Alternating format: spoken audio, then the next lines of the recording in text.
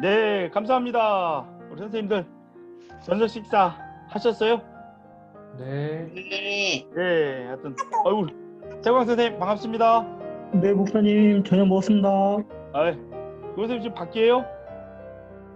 네, 지금 밖에 있습니다. 예, 우리 지금 다정 선생님이 오늘 아마 참석이 조금 어렵다고 메시지 올라온 것 같아요. 하여튼 저도 오늘 당직이어서 오늘 교회 갔다가 와서 조금 쉰다고 하셨는데 피곤하긴 하네요. 자, 그러면 이 시간 우리 함께 기도하고 시작하겠습니다. 참 좋으신 하나님 감사합니다.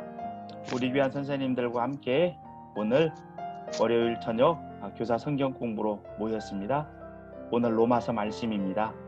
이 시간 함께 말씀 앞에 선 우리 선생님들의 마음 붙잡아 주셔서 하나님의 위로가 있도록 인도해 주시고 또 여러 사정으로 참석하지 못한 선생님들 마음도 어루만져 주셔서 우리의 마음이 늘 하나님 안에서 깨어있는 복된 마음 하나된 우리가 되어질 수 있도록 인도해 주시길 원합니다. 이 시간 오고 가는 모든 부분들 하나님께서 붙잡아 주시고 로마서의 말씀이 우리 가운데 새겨지는 시간 되게 인도해 주세요. 예수 그리스도의 이름으로 기도합니다. 아멘. 예, 오늘 이제 우리가 6장 1절에서 14절까지입니다. 6장이 이제 동일한 질문으로 이루어져 있어요. 그래서 질문 중심으로 해서 두 부분으로 이렇게 나누어서 보도록 하겠습니다. 그리고 질문이라든가 있으면 바로바로 그 자리에서 해주셔도 좋고 이따 끝날 때쯤에 한번 또 해주셔도 좋고 아니면 또 문자로 또 해주셔도 좋을 것 같아요. 자, 그러면 오늘 우리 첫 페이지 보면 지금 바른 복음의 오해라는 부분도 하나 들어가 있고 우리 로마서 6장 1절에서 14절 그리스도와 함께 죽고 그리스도와 함께 살고 세례를 통한 교리적 가르침 이게 첫 화면으로 이렇게 되어져 있어요. 상징적인 부분들을 이렇게 실어놨거든요. 근데 여기서 우리가 생각해 볼 부분이 함께라고 하는 부분들이 매우 중요할 수 있습니다. 함께.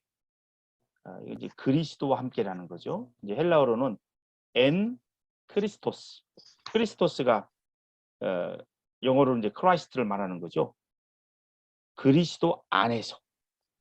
이게 바울 서신에서 매우 중요한 용어거든요. 그리스도 안에서 그리스도와 함께. 이것이 어떤 의미를 가지고 있는지 한번 궁금증을 가지면서 한번 들어가 봅시다. 우리가 이제 지난 시간에 아담과 예수님에 대해서 우리가 이제 살펴본 부분들이 있어요. 이게 먼저 5장 12절부터 21절인가요? 잠시만요. 예. 지난 시간에 했던 이제 말씀 부분인데요. 정리를 간단히 하고 들어가겠습니다. 아담과 예수, 아담은 첫 번째 아담이라고도 하고 예수님은 두 번째 아담이다라고 이야기하죠. 세 번째 아담을 얻기 때문에 이제 마지막 아담이라고도 표현하기도 합니다. 그래서 모든 인류는 이제 아담 아래 인류와 예수 아래 인류로 이제 나눠지는 거예요. 두 종류의 인류가 있다라는 거죠. 첫 번째 아담을 통해서 들어온 것이 뭐냐? 죄라고 하는 것이. 그 결과 사망이 들어왔어요. 그리고 예수님, 두 번째 아담, 마지막 아담인 예수님을 통해서는 의가 들어왔죠. 또 예수님 자체가 의이기도 하고 거기에서 나오는 것이 생명이라는 거예요. 그래서 모든 인류는 아담, 첫 번째 아담 아래의 사망, 두 번째 아담 아래의 생명, 생명을 가진 인류와 여전히 사망 가운데 있는 인류 둘로 딱 나누어진다라고 하는 것. 지난 시간에 이 부분들이 이제 큰 결론적인 부분이었어요. 자, 그러면 우리는 이 시간 우리 함께 성경 공부를 하는 우리 선생님들과 저는 두 번째 아담, 마지막 아담, 예수님 안에 있는 생명을 가진 인류라고 확신을 합니다. 자, 그 전제 가운데 우리가 오늘 이제 말씀으로 들어가는 거예요. 그럼 사람들이 이런 생각할 수가 있다고요. 우리가 이제 구원받은 그런 존재예요. 근데 우리의 구원에 있어서는 우리들이 기여한 게 하나도 없어요. 믿음의 구원이었잖아요. 사장을 통해서 믿음의 구원이라는 걸 배웠어요. 아브라함을 통해서 봤을 때 믿음은 외부로부터 주어진 거였어요. 우리 내부에서부터 나온 게 아니었단 말이죠. 외부로부터 주어진 예수 그리스도의 의 때문에 우리가 구원받는 생명을 가진 인류가 됐는데, 한 번 받은 구원은 이탈이 있을까요, 없을까요? 윤범 선생님, 그렇죠. 없어요. 없다. 없다. 저도 확신합니다. 한 번 받은 구원에서는 이탈은 없다. 이것이 바로 우리 또 한편의 장로교의 교리이기도 하죠. 자, 그러면 이러한 복음이 전해지면 어떤 오해가 발생하는가? 사람들에게는 은근히 공로주의적인 시각이 있어요. 뭔가 내가 무엇인가를 했을 때 뿌듯함을 느낀단 말이에요. 그러니까 구원에 있어서도 뭔가 내가 기여해야 되는 게 있지 않나? 그래야 뭔가 확실한 것 같고, 이런 부분들이 사람에게는 있어요. 그래서 처음에 사도 바울을 통해서 이방 사회 속에 또 유대 사회 속에 이 생명의 복음이 전해졌을 때 사람들 가운데 여전히 남아있는 공로주의적인 그런 시각들을 가지고 뭔가 내가 더 추가해야 될 것 같은 이런 발칙한 생각을 했단 말이에요. 그래서 유대교의 배경을 가지고 있었던 그들이 할례를 받아야 된다. 율법을 지켜야 된다. 마치 그렇게 해야 구원이 완성되는 것처럼. 그 밑바닥에는 공로 사상이 있는 거예요. 이건 이방인 사회 속에서 퍼졌을 때도 어느 정도 그런 부분들이 있었어요. 그런데 구원에 있어서는 절대 우리가 기여할 게 하나도 없다라는 거예요. 자, 그러다 어떤 또 오해가 생기냐면, 그러면 이제 우리가 구원에서 이탈될 일은 없다. 그러면 막 살아도 되겠네? 굳이 뭐 율법이라든가 이런 거 지킬 필요 없이 막 살아도 되지 않을까? 이런 생각을 하는 사람이 있었다라는 거죠. 그래서 6장에 들어서 1절과 15절을 통해서 질문이 나와요. 근데 질문의 내용은 비슷하죠? 제가 읽어보겠습니다. 은혜를 더하게 하려고 죄에 거하겠느냐? 15절. 은혜 아래에 있으니 죄를 지으리요? 은혜 아래에 있다는 얘기는 이제 생명의 복음 아래에 있다는 얘기예요. 죄를 지을 수 있어요, 없어요? 답은 그럴 수 없느니라. 이 부분을 이제 1절에서 14절까지는 교리적으로 설명을 하는 겁니다. 이론적으로 설명을 하는 거예요.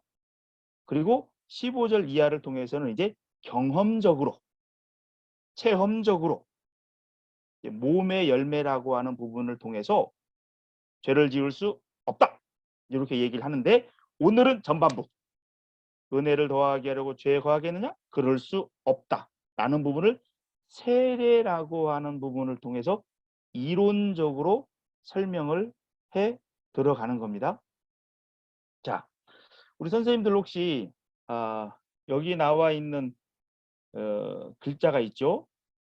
이게 라틴어입니다. 라틴어. 참고로 우리가 이제 신학도 조직 신학이 있고 뭐 성경 신학이 있고 실천 신학이 있고 큰 틀의 구분이 있거든요. 그런데 특히 조직 신학 같은 경우는 라틴어 용어가 많아요.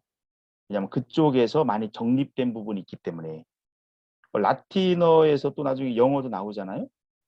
그래서 그 스펠링이 이제 펠릭스, 쿨파 이제 그런 단어입니다. 이게 아주 유명한 단어예요. 혹시 이 단어 들어보셨나요? 네, 펠릭스라는 말이 이제 찬란한, 행복한 이제 그런 의미예요. 쿨파라고 하는 것이 악, 뭐 잘못, 뭐 이런 의미가 한편에 담겨져 있는 단어예요. 그러면 조합해 보면 어떤 뜻이 됩니까? 찬란한 악이요, 행복한 죄악이요. 이제 그런 의미가 되는 거예요. 자, 우리가 악이 찬란할 수 있어요? 악이 행복할 수 있어요? 굉장히 좀 이상하죠. 근데 왜 이 단어가 나왔냐면 아래에 이제 예를 써놨어요. 쉽게 다윗이나 바울이나 어거스틴 같은 경우 우리 바울 한번 봅시다. 바울이 우리가 지난번에 그 밧세바를 범한 사건을 우리가 살펴봤어요. 밧세바를 범한 후에 이제 다윗이 굉장한 슬픔 가운데 고통 가운데 들어가잖아요. 그런데 다윗이 그 죄악을 통해서 뭐를 깨달았어요? 아, 우리 가운데는 예수 그리스도가 필요하구나. 인간의 존재가 얼마나 나약한지 신앙의 깊은 부분을 깨달았어요. 그 죄악 때문에. 그리고 거기서 토해져 나오는 고백들을 통해서 그리스도를 바라볼 수 있는 그런 선지자로서의 그런 시각도 눈이 띄었거든요. 만약에 다윗이 밧세바를 범하는 그런 악을 행하지 않았다면 그리스도를 바라보는 놀라운 진리의 고백을 할 수 있었을까? 우리가 이런 생각 해볼 수 있잖아요. 그런 측면에서 악이 도리어 하나님의 진리를 바라보는데 쓰이더라는 거예요. 그렇게 볼 수도 있겠죠? 또 한편에 사도 바울을 볼까요? 원래 사도 바울이 바리새파 중에 바리새파예요. 그러면서 예수님을 인정하지 않았고 예수님이 나무에 달려 죽었잖아요. 나무에 달린 자는 저주받은 자라. 그러면서 예수님을 하나님의 대적자로 생각하고 예수님을 믿고 따르는 사람들을 잡아 죽이는 일에 모함하는 일에 사도 바울이 아주 열심을 냈잖아요. 그렇게 하는 것이 자기가 믿는 하나님을 섬기는 예라고 생각했단 말이에요. 예를 지키면 지킬수록 더 열정적으로 전국을 돌아다니면서 전 세계를 돌아다니면서 예수님을 믿는 사람들을 잡는 일에 아주 열심을 냈단 말이에요. 그러다가 다메섹 도상에서 강력한 빛 가운데 예수 그리스도를 만남을 통해서 거기서 확 뒤집어지죠. 그러면서 사도 바울에게 나온 고백이 은혜로다, 은혜로다, 은혜로다. 아, 참된 진리를 만나는 거, 예수를 아는 건 나의 공로가 아니고 나의 지식이 아니고 은혜로 가능한 것이구나. 이 은혜의 신학이 나오거든요. 그가 악을 행하면 행할수록 깊은 악 속에서 결국 예수를 만나면서 그런 놀라운 진리의 고백을 했거든요. 이런 부분도 한편에 펠릭스 쿨파, 악 때문에 예수님께 가까이 가는 부분이 있었단 말이에요. 좀 역설적이죠? 어거스틴 같은 경우도 그렇습니다. 우리가 나중에 이제 로마서 13장을 보겠습니다만 어거스틴이 굉장한 천재예요. 그가 그 시대에 로마 사회에서 철학 교수가 되는 것. 그게 그 당시 최고의 성공의 길이었거든요. 그 길을 향해서 나아갔던 사람이에요. 중간에 뭐 그 사창가도 드나들고 뭐 술도 마시고 있지만 머리가 워낙 탁월한 사람이었기 때문에 공부도 하면서 그 일을 했거든요. 그러다가 어느 순간 로마의 뒷골목을 지나다가 이제 12절에서 14절 방탕하지 말라 깨어라 그러한 말씀을 결국은 접하게 되면서 반전이 나타나거든요. 그러면서 사도 바울의 뒤를 이어서 은혜의 신학을 이어가거든요. 그가 추락을 한 끝에 거기서 이제 예수를 만나는 놀라운 역사가 있었거든요. 그래서 이런 부분들을 봤을 때, 악이 넘치는 곳에 그만큼 은혜가 넘치는구나. 역사 가운데 한편이 있잖아요. 그러니까 사람들이 어떡하냐? 그러면 은혜를 더 크게 하려면 더 큰 악을 저지르면 되겠네? 이렇게 이야기하는 사람이 있다라는 거예요. 그건 결과론적이고, 우리 입장에서는 그렇게 악을 행하는 길로 찾아갈 필요는 없어요. 그렇죠? 이런 부분은 가장 바람직하진 않은 거죠, 사실상. 근데 역사 가운데 보면 다윗이나 바울이나 어거스틴이나 그 최악의 악 가운데 결국은 은혜의 자리로 나아가는 그런 부분들이 한편에 있었는데, 그걸 한편의 사람들이 또 오해를 하면서, 그러면 이제 은혜를 더하게 하기 위해서 그런 악을 행해도 되겠네. 잘못된 부분들로 가는 사람들이 한편에는 또 나타났다라는 거죠. 그러니까 우리는 일부러 죄를 저지를 필요는 없습니다. 그리고 참된 신앙의 사람은, 예수의 생명을 가진 사람은 일부러 악을 행할 수도 없어요. 그래서 은혜를 더하게 하려고 죄에 더하겠느냐? 그럴 수 없다라는 부분을 이야기를 합니다. 그래서 한번 펠릭스 쿨파라고 하는 단어를 한번 살짝 끌어와 봤어요. 그러면서 이제 세례를 언급을 하기 시작합니다. 우리 선생님들 세례 다 받으셨죠? 세례 받을 때 우리 선생님들은 어떻게 받았나요? 아마 물 떠가지고 머리에다만 이렇게 얹는 그런 부분이었을 거예요. 아마 저는 침례를 받았습니다. 침례를 진짜 내과에 가서 받았어요. 삼배 옷이라고 그 교회에서는 이제 그 삼배 옷 같은 걸 입었어요. 그리고 가운데 가슴에 십자가가 달려 있고 그 옷 입고 딱 들어가서 실제로 물 속에서 푹 담겼다가 나오는 침례를 저는 이렇게 받았거든요. 근데 세례를 가지고 이제 우리가 더 이상 죄를 지을 수 있는 존재가 아니다라는 존재적 변화를 이야기하는데, 왜 사도 바울이 세례를 가지고 왔을까?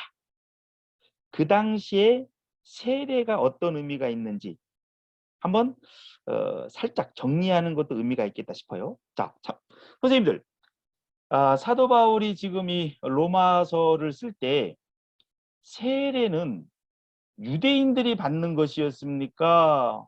이방인들이 받는 것이었습니까? 또 구약의 역사까지 봐요. 세례가 언제부터 생겼을까요? 이방인들이 받는 거였을까요? 유대인들이 받는 거였을까요? 답은 이방인들이 받는 거였어요. 유대인들은 세례를 받지는 않았습니다. 처음에. 유대인들은 뭘 받았죠? 할례. 아브라함 때부터 이제 할례가 들어오잖아요. 남자의 성기의 표피를 자르는 부분들, 그걸 통해서 이제 하나님의 백성의 표시라는 걸 몸에다 새겼단 말이에요. 그러다가 이제 시간이 지나면서 이방인들이 유대인으로 들어오고자 하는 사람들이 있었죠. 때로는 그들에게 베푸는 의식 가운데 하나가 세례였어요. 유대 사회로 들어오는 통로가 세례였어요. 유대인들은 세례를 처음에 받지는 않았단 말입니다. 할례를 받았지. 그러다가 이제 세례 요한 때 와서 유대인들에게도 세례를 베풉니다. 그러니까 유대인들이 처음에는 굉장히 반대를 했다고. 아니, 세례는 이방인들이 받는 거지, 왜 우리가 세례를 받아? 그러나 어찌하든 세례 요한을 통해서 베푼 세례는 회개의 세례였어요. 그때 유대인들이 세례를 받았거든요. 그래서 또 그 외에 동의하는 많은 사람들은 세례 요한에게 세례를 받기 위해서 왔어요. 그때 예수님도 세례 요한의 세례를 받기 위해서 왔었죠. 자, 오늘날 우리 이제 세례를 이렇게 우리는 이제 다 받아요. 내가 예수 믿는 신앙을 고백하면 세례를 받아요. 아마 우리 교회도 이번에 추수 감사절 때 우리 작년에 못했던 세례를 이번에 받을 계획을 지금 교회에서 세운 걸로 제가 알고 있거든요. 우리 중고등부도 아마 받아야 될 겁니다. 준비해야 될 거예요. 그럼 참고로 하나 더 봅시다. 세례를 못 받으면 구원 못 받나요? 어떻습니까? 정답은 X. 음. 세례를 못 받는다고 해서 구원을 못 받는 건 아니에요. 그러나 세례는 받을 수 있으면 받는 게 필요합니다. 왜? 내 신앙을 공식적으로 드러내는 의식이기 때문에. 그러나 세례를 못 받았다고 해서 구원을 못 받는 건 아니에요. 왜 내가 이 얘기를 언급한 이유는 로마 가톨릭 같은 경우는 세례를 굉장히 강조를 해요. 그들은 칠성례라는 게 있거든요. 그런 의식적인 차원에서 강조를 하는데 그건 성경의 진리와는 조금 어긋났다라는 걸 알려주기 위해서 살짝 언급한 겁니다. 자, 근데 예수님께서 세례 요한에게 세례를 받기 위해서 왔어요. 근데 세례 요한이 베푼 세례는 회개의 세례였단 말입니다. 죄를 씻어내는 의미가 담겨져 있는 거예요. 근데 예수님은 죄가 있어요, 없어요? 없잖아요. 근데 예수님이 왜 세례 받았을까요? 그러니까 세례 요한도 예수님이 자기한테 왔을 때, 당신이 왜 나한테 세례를 받습니까? 내가 당신한테 받아야죠. 근데 예수님이 세례를 베풀어라. 이것이 바로 하나님의 의를 이루는 것이다. 라고 하면서 세례를 받는데, 그렇다면 예수님이 받는 세례의 의미는 무엇이냐? 우리 예전에 배웠어요. 연합의 의미가 담겨져 있는 겁니다. 예수님은 하나님이기 때문에 죄는 없어요. 근데 그가 받았던 세례는 이 세례를 통해서 죄인된 우리, 첫 번째 아담을 통해서 들어온 죄 때문에 고생하는 우리의 죄를 없애주기 위해서 예수님이 왔으니까 예수님과 우리와 한 몸이 되는 게 필요하거든요. 의식적으로. 그게 바로 세례였다라는 겁니다. 그래서 예수님의 세례는 우리 죄인인 우리와 연합의 의미가 담겨져 있다라고 하는 것. 자, 이걸 통해서 오늘 말씀이 설명이 되는 거예요. 이거 매우 중요합니다. 자, 그러면 예수님이 이제 세례를 받은 상태에서 그분의 사역이 본격적으로 펼쳐져 가기 시작합니다. 그러면서 예수님이 공생애를 쭉 지내다가 결국은 십자가에 못 박히죠. 이 부분은 우리도 예수님의 몸과 연합된 존재로서 함께 십자가에 못 박히는 의미가 담겨져 있습니다. 왜냐하면 예수님이 세례를 통해서 우리와 연합을 했기 때문에. 그래서 신학적으로 우리는 예수님과 함께 죽은 거예요. 맞죠? 이거 굉장히 중요합니다. 그 다음에 사흘 만에 예수님이 부활했죠. 우리 예수님과 연합된 우리도 그때 함께 부활하는 겁니다. 엔 크리스토스. 예수님 안에서 예수님과 함께. 그래서 십자가에 못 박힌 것도 함께고 부활한 것도 함께예요. 그러면서 십자가의 죽음이라고 하는 것은 또 세례로 말하면 물속에 들어가는 것은 옛 자아의 죽음이에요. 첫 번째 아담의 죄악의 흔적들 같이 죽는 거예요. 그리고 물속에서 나왔을 때 또 예수님이 부활했을 때 그때는 새 자아, 예수님을 통해서 들어온 새로운 생명으로 살아난다. 이제 이런 의미가 담겨져 있거든요. 그걸 지금 6장 1절에서 14절을 통해서 그거 설명하는 거예요. 그 고리는 세례라고 하는 것. 자, 이 부분을 이제 이 그림으로 한번 설명을 해보겠습니다. 우리가 이제 이스라엘 백성들이 출애굽을 하잖아요. 우리가 이제 구약의 이야기는 그림 언어라고 합니다. 눈으로 보여주는 거예요. 눈으로 보여주고 손으로 만지게 하고 체험을 시키는 게 구약의 특징이에요. 신약은요, 구약에서 했던 것을 논문식으로 정리를 하는 겁니다. 그래서 신약이 훨씬 더 어려워요. 자, 그러면 구약의 그림 언어를 통해서 6장 1절에서 14절을 한번 설명해 보자고요. 세일이라고 하는 부분을. 애굽 나오죠? 애굽은 바벨론과 함께 또 로마와 함께 성경에서 옛 자아를 상징합니다. 첫 번째 아담의 모습을 상징해요. 우리가 한번 애굽을 생각해 보자고요. 애굽에 막 피라미드도 있죠. 스핑크스 있죠. 다양한 건축물들이 있잖아요. 그 건축물들을 누구를 통해서 만듭니까? 노예들을 통해서. 노동력의 착취가 있는 게 애굽 땅이에요. 그리고 애굽 땅은 굉장히 음란했습니다. 요셉을 유혹한 사람이 누구예요? 보디발의 아내죠. 단순한 한 이야기가 아니에요. 그 당시 애굽의 풍토예요. 그래서 지난번에 얘기했습니다. 남자들이 밖으로 한 며칠 출타를 하잖아요. 그럼 여자의 몸에다 색을 칠해놔요. 왜요? 다른 남자와 혹시 죄를 범할까 싶어서. 남자랑 관계를 맺으려면 남자의 몸이 여자에게 닿아야 될 거 아니에요. 그럼 화장한 게 번지잖아요. 밖에서 남자가 오자마자 여자의 몸을 살피는 거예요. 번졌다 싶으면 처단하는 거죠. 그게 음란한 도시예요. 우상 숭배가 있죠. 10가지 재앙은 애굽 사람들이 섬기는 그 죄악 우상을 상징하는 거거든요. 다 처단을 하잖아요. 우상 숭배 도시, 음란한 도시, 노동력에 착취가 있다는 얘기는 하나님의 형상을 존중하지 않는 거예요. 악이 있는 곳이 애굽이에요. 거기서 우리 하나님이 능력의 오른팔로 애굽시키잖아요. 자, 그러면 출애굽한 다음에 그들이 어디를 통과해요? 홍해를 통과하잖아요. 홍해는 물이잖아요. 그러면 애굽 입장에서 볼 때는 나온 다음에 홍해 아래로 바닥으로 쑥 내려가잖아요. 그리고서 물이 좌우에 벽이 된 그 홍해 밑바닥을 쫙 지나가죠. 그러다가 저쪽 반대편 가나안 땅 입장으로 보면 바닥에 물 아래 내려갔던 사람들이 쑥 올라오는 이미지가 나오죠. 이게 그림 언어예요. 이걸 통해서 한편에 이스라엘 백성들이 집단적으로 세례를 받는 겁니다. 물속에 들어가서. 그 물인 홍해는 바로 죽음을 의미하는 거예요. 세례를 통해서 우리의 옛자가 죽는 거죠. 그리고 가나안 땅으로 쑥 올라오잖아요.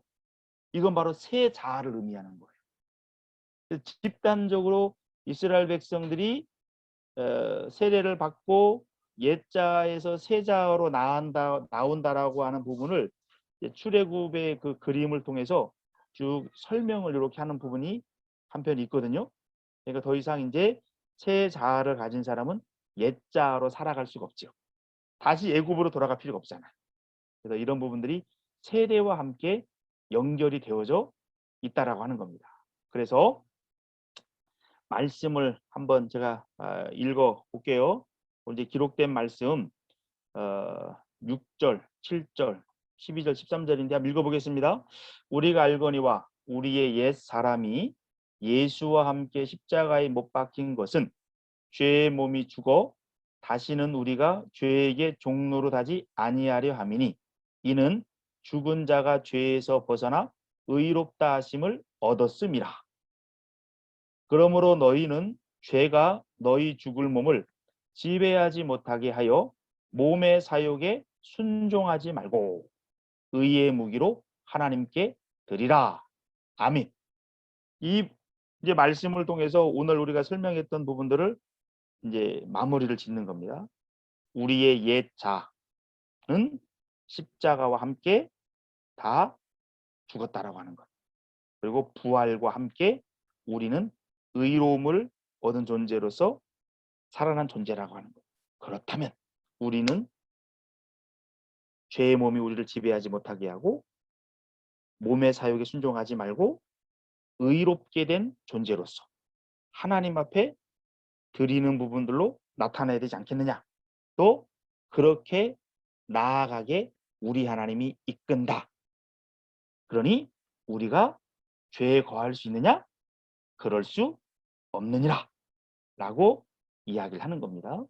우리가 예수님을 만나기 전에는 절망적인 인류예요. 우리 힘으로는 벗어날 수 없습니다. 그래서 OTL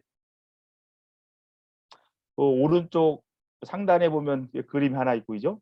왼쪽 하단에 보면 이게 아마 전쟁을 피해서 도망 나오는 시리아계 난민이지 않나 싶어요.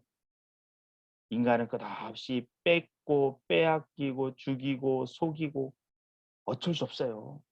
끌어당기고 미워하고 질투하고 원망하고 너 때문에 그래 하면서 그게 사람의 모습이에요. 그러나 이 절망적인 인류에게 예수가 찾아와서 옛자를 죽이고 새 자를 줌을 통해서 우리는 소망을 가진 존재가 되었다라고 하는 것. 결국은 5장 1절에서 11절이 우리의 결론이죠. 이제는 우리는 하나님과 화평한 존재. 옛자가 있으면 하나님과 화평이 안 되거든요. 그리고 은혜에 들어가는 새 자아를 가진 존재가 됐죠. 새 자아는 하나님의 영광을 보고 즐거워합니다. 그리고 환난 중에도 하나님의 선한 뜻을 믿기 때문에 즐거워합니다. 그리고 어떠한 절망처럼 보여지는 상황 속에서도 하나님의 소망의 존재로 거뜬히 이겨나갑니다. 그리고 하나님의 사랑이 쏟아부어지는 그런 존재, 바로 새 자아를 한 존재의 모습이다 라고 하는 것이죠. 그래서 오늘은 여기서 마무리를 짓기를 원합니다. 그래서 6장 1절에서 14절은 은혜 안에 있는 우리는 더 이상 죄에 거할 수 없다라고 하는 부분을 세례를 통한 교리적 설명을 했어요. 선생님 이해 가십니까? 이 부분들을 한번 깊이 묵상해 보시면서 이번 한 주간 동안 이 토대 위에 서면서 우리의 그 존재, 우리의 자존감 한번 생각해 보면서 로마서 6장 지속적으로 읽어가면서 나아가길 원하고요. 6장하고 7장 조금 어려운 부분이 있을 겁니다. 그러나 한번 여기서 잘 넘어서면 우리 선생님들의 여러 부분들이 더 견고해질 거예요. 자, 질문 있으면 하시고 아니면 제가 기도하고 마무리 짓도록 하겠습니다. 기도해 주세요. 기도하겠습니다. 참 좋으신 하나님 감사합니다. 우리 귀한 선생님들과 로마서 6장 말씀 함께 배웠습니다. 세례를 통한 우리 교리적 가르침 함께 나누었는데요. 이 부분이 우리 안에 잘 정립되어질 수 있도록 인도해 주세요. 우리가 더 이상 옛 자아로 살지 않게 도와주세요. 예수님 때문에 새 자아를 받았는데 새 자아를 가진 존재로서 부활하신 주님과 함께 아름다운 열매 나타내면서 하나님께는 영광이고 주변 사람에게는 유익이 되어지고 스스로에게는 보람이 되어지는 우리의 신앙의 여정이 되도록 인도해 주시고 또한 우리 양희문교회 중고등부 우리 하나님이 그런 새 자아를 가진 생명의 공동체로 지속적으로 세워주시길 원합니다. 이번 한 주간도 은혜 가운데 승리할 수 있게 도와주시고 짝꿍 선생님들과 함께 또한 깊이 있는 나눔으로 나아갈 수 있도록 모든 환경도 열어주시기를 원합니다. 주님만 의지하며 예수 그리스도의 이름으로 기도합니다. 아멘. 아멘. 선생님들 고맙습니다. 우리 감사합니다. 다음 주에 네. 한 주간 잘 감사합니다. 보내세요.